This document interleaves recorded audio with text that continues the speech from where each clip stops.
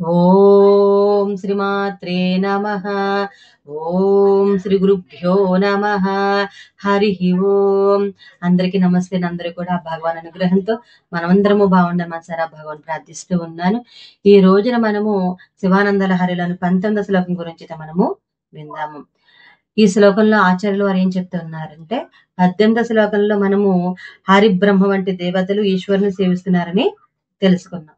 అయితే ఈ 19వ శ్లోకంలో చెప్తూ ఉన్నారు, అలా తనను సేవిస్తున్న బ్రహ్మకు ఈశ్వరుడు చేసిన ఉపకారం చూసి ఈశ్వరుని భజన చేయడం వల్ల తామును కృతార్థులమైనామని శంకర్లు ఈ శ్లోకంలో చెప్పారనమాట.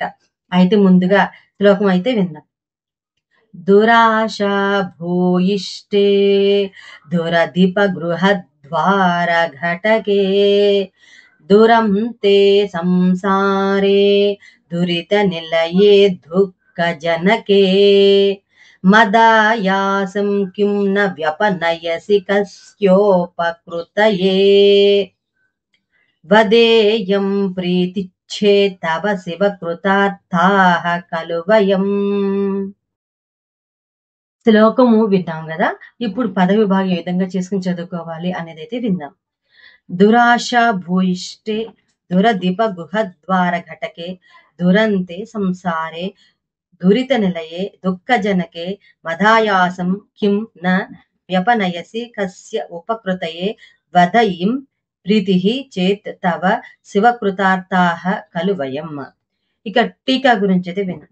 దురాశ భూయిష్టే, దురాశ దుష్ట విషయములందలి ఆశచే, భూయిష్టే మిక్కుటమైనదియు నిండినదియు, దురదీప గృహద్వార ఘటకే, దురదీప దుర్మార్గులైన ప్రభువులు, గృహద్వార భవన ద్వారములందు, ఘటకే చేర్చునదియు, దురంతే దురవసానము కలదియు, చెడు అంతయు కలదియు అని అర్థం, అనంతమైనదియు అని.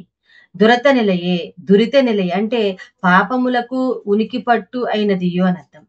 దుఃఖజనకే దుఃఖమును కలిగించినట్టు, సంసారే సంసారమందు, మదాయాసం మత్ ప్లస్ ఆయాసం నా శ్రమను అని అర్థం. కస్య బ్రహ్మదేవుని యొక్క ఉపకృతయే ఉపకారం కొరకు, నా వ్యపనయసి కిం తొలగింపకుంటివా ఏమి అని అర్థం. వధ చెప్పుము, బ్రహ్మ నా నొసట అలా సంసారమందు లంపటుడై పడి ఉండుమని వ్రాసెను కాబోలు, ఆ బ్రహ్మవ్రాతను సఫలము చెయ్యుటక అని ప్రశ్న. ఇయం ఇది భక్తులకు ఉపకారము చేయడం అన్నది, తవ నీకు ప్రీతి చేత్ ప్రియమైనదైనచు అని అర్థం. వధ చెప్పుము, వయం ప్లస్ అపి మేము కూడా కృతార్థాః ఖలు అంటే ధన్యులము కదా అని టీకాలు చెప్తూ ఉన్నారు. తర్వాత ఈ శ్లోకానికి తాత్పర్యం అయితే విందాము. ఓ శివ, దురాశతో నిండినది దుష్టులైన ప్రభువుల ద్వారమందు నిలబడేట్లు చేసేది, అసౌఖ్యకరమైనది, అంతము లేనిది, పాపములకు నిలయమైనది, దుఃఖాల్ని కలిగించేది అని సంసారమునందు పడియున్న నా కష్టాన్ని నీవు ఎందుకు తొలగింపవు? బ్రహ్మదేవునికి ఉపకారం చేయడానిక ఇది నీకు ప్రీతికరమైనట్లయితే మేము కూడా కృతార్థనవుతాం. నీ ప్రీతియే మాకు ధన్యత చేకూరుస్తుందని భావం అన్నమాట. ఇక వివరణ చెప్తున్నారు. శంకర్లు ఈశ్వరునికి ఇలా నివేదించారు. ఓ ఈశ్వర, ఈ సంసారంలో నేను ఎన్నో కష్టాలు పడుతూ ఉన్నా, నీవు నా ఆ కష్టాలను ఎందుకు తొలగించడం లేదు? ఈ సంసారంలో అన్ని దురాశలే. నీచులైన పాలకులు దివాణాల ద్వారాల్లో ప్రవేశించి వారిని యాచించవలసి వస్తుంది. నా కష్టాలకు అంతం కనబడటం లేదు. ఈ సంసారం పాపాల కోపం అడుగడుగునా దుఃఖమై ఇంకా నేను దీనితో వేగలేను. నేను పడే సంసార యాసాన్ని తొలగించు మహాప్రభో అని నిన్ను వేడుకుంటున్నాను. కానీ నీకు నాపై దయ రావడం లేదు. దయామయుడు అయిన నీకు ఎందుకు నన్ను పట్టించుకోవటం లేదబ్బా అని కారణం కోసం ఆలోచించాను.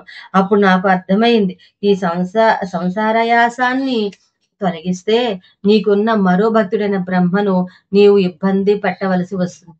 నీవు నాకు సాయపడటం లేదని బ్రహ్మగారు కూడా నీ భక్తుడే కదా. ఆయన నా నుదుట చిక్కులతో కూడుకున్న జనన మరణ రూపమైన సంసారయాసం అనుభవించమని రాశారు. నీవు నా సంసారయాసాన్ని తొలగిస్తే బ్రహ్మగారి ముఖము చిన్నపోతుంది. బ్రహ్మవ్రాతకు నీ చేత భిన్నంగా ఉంటే బ్రహ్మగారు బాధపడతారు. బహుశా అందువలన ఏమో నీవు నా కష్టాలకు నన్ను వదిలేశావు. సరేలే, నీకు నీకు ఇదే ప్రీతికరమైతే నేనేమి మాట్లాడగలను. కానీ ఈశ్వర, ఒక విధంగా మేము కూడా కృతార్థులమైనట్లే. ఎందుకంటావా? చెప్తాను. ఆ బ్రహ్మగారు ఎంతో శ్రద్ధతో నిన్ను ఆరాధించాడు, నీ అనుగ్రహం సాధించారు. నీకు బ్రహ్మగారి మీద ప్రేమ ఉంది. ఈ విషయం తెలిసిన మా వంటి వాళ్ళం బ్రహ్మగారిని మించిన భక్తితో నిష్ఠగా నిరంతరంగా నీ ప్రీతి కోసం నిన్ను అర్చిస్తాం. ఆ సేవా తత్పరతో మాకు ఇతర విషయాలు దృష్టికి రావు. మా సంసార కష్టాలు దూరం అవుతాయి. సంసార నామరూపాలు లేకుండా నాశనం అవుతాయి. మేము నీ ఆనంద వీధి విహారంలో తేలియాడతాం. నీవు భక్త కామధేయుడు అని భావిస్తాం. ఇంతకంటే కృతార్థత మాకు మరేమీ కావాలి. నీవు భక్త ప్రియుడైనప్పుడు మేము కూడా నిన్ను పైన చెప్పిన విధంగా సేవించి వాత్సల్యాన్ని పొంది ఈ సంసార లంపటం నుండి గట్టెక్కుతాము. ఈ విధంగా భక్తవసుడవు నీవు ఉన్నావు కాబట్టి మాకేమి భయం లేదు అని చెప్పి శంకర భగవాన్ని ముందర కాళ్ళకు బంధం వేశారు. సంసారము దురాభూయిష్టములని దుఃఖ నిలయములని శంకరులు చెప్పిన విషయములు యథార్థం. దురాశ దుఃఖానికి చెట్టు. దురాశతో నీచములైన ప్రభువులు కాళ్ళ వెళ్ళపడి యాచించవలసి వస్తుంది. ఆ విషయాన్ని శంకరు సంసార తనను దుష్ట ప్రభుల మందిర ద్వారాలో కూర్చోబెడుతుందని చెప్పారు. ఆశకు దాసులైతే సర్వలోకాలకి వారు దాసులైనట. ఆశయాహ ఏ దాసాహతే దాసాహ సరలోకస్య అని చెప్పబడింది. ఆశను గురించి చెప్తూ పెద్దలు ఇలా చెప్పారు. యత్పృథివ్యాం వ్రీహియవం హిరణ్యం పశవః శ్రియః నాలమేకస్య తస్సర్వమితి మత్వా శమం వ్రజేత్. అనగా ప్రపంచంలోని ధనం, ధాన్యం, బంగారం, పశువులు, స్త్రీలు అన్ని ఒకే వ్యక్తికి వచ్చి పడినా చాలును అనే భావం ఉందట. ఆశ ఉన్న చోట పాపము ఉన్న చోట దుఃఖము ఉంటుంది. సంసార పరిస్థితి ఇది. గీత కూడా సంసారాన్ని గురించి దుఃఖాలయ మశాశత్వత్ అని చెప్పబడింది. అందుకే శంకర్ తన సంసార దుఃఖాన్ని తొలగించమని ఈశ్వరుని కోరారు. భక్తుడైన బ్రహ్మరాతకు భిన్నంగా చేయరాదని ఈశ్వరుడు బ్రహ్మపై ప్రేమను చూపించి ఉండవచ్చును. కానీ శంకర్లు కూడా ఈశ్వరునే భజిస్తూ ఉన్నారు. అందువల్ల బ్రహ్మకు వలనే శంకర్లు కూడా తాము ఈశ్వర ప్రేమకు పాత్రలవుతామని అభిప్రాయపడ్డారు. ఇక మనం శ్లోకం విన్నాం కదా, మొదటి లైన్ గురించి అయితే విన్నాం.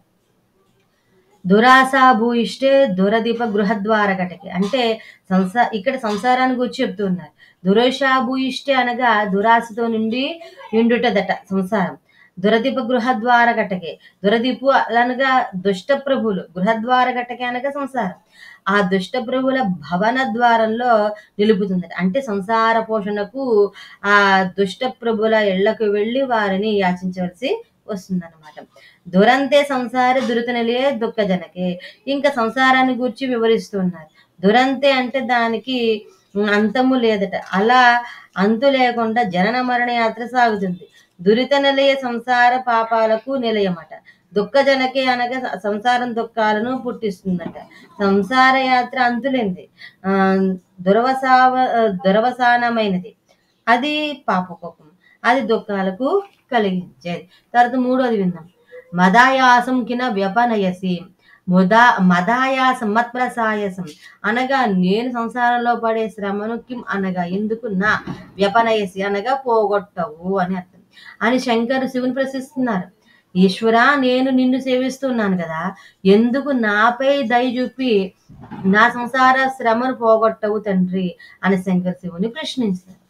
తర్వాత నాలుగోదైతే విన్నాం. కస్యోపకృతి. కస్య అనగా ఎవడి యొక్క ఉపకృతి అనగా ఉపకారం కోసం. ఎవరికి ఉపకారం చేద్దామని నీవు నా సంసారయాసాన్ని తీర్చడం లేదు అని ప్రశ్న. ఇక్కడ కస్య అనే పదంలో కహ అంటే బ్రహ్మ అని కూడా అర్థం ఉంది. అప్పుడు కస్య అనగా బ్రహ్మ యొక్క ఉపకారం కోసం నీవు నన్ను వదిలి వేస్తున్నావు అని శంకర్లు అడుగుతున్నారని భావం. తర్వాత ఐదోదైతే విన్నాం. వదేయం ప్రీతిచ్చేత్తవ శివ కృతాత్తాహ కలువయం. శివ అనగా ఈశ్వరాన్ని సంబోధన.